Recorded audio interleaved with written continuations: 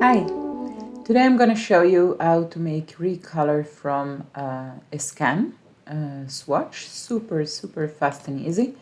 So we're going to go to public material. Let's assume you want to create a single jersey. Those are hard to tell, so I want to save time.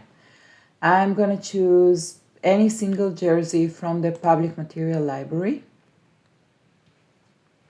And right here, when I'm gonna hit edit, color, and recolor, I have recolor from scan. This is enterprise feature only. What you can do here is upload file. I'm gonna upload this header, for example, and that's it. That's all I have to do in order to recolor this header with the gradient tone.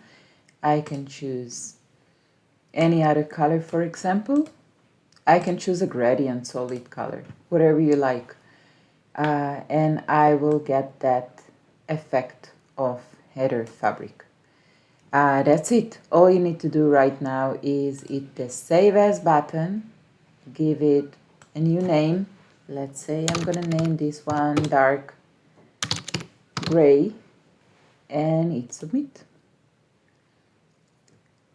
I hope you enjoyed that quick tip, and see you in Textura.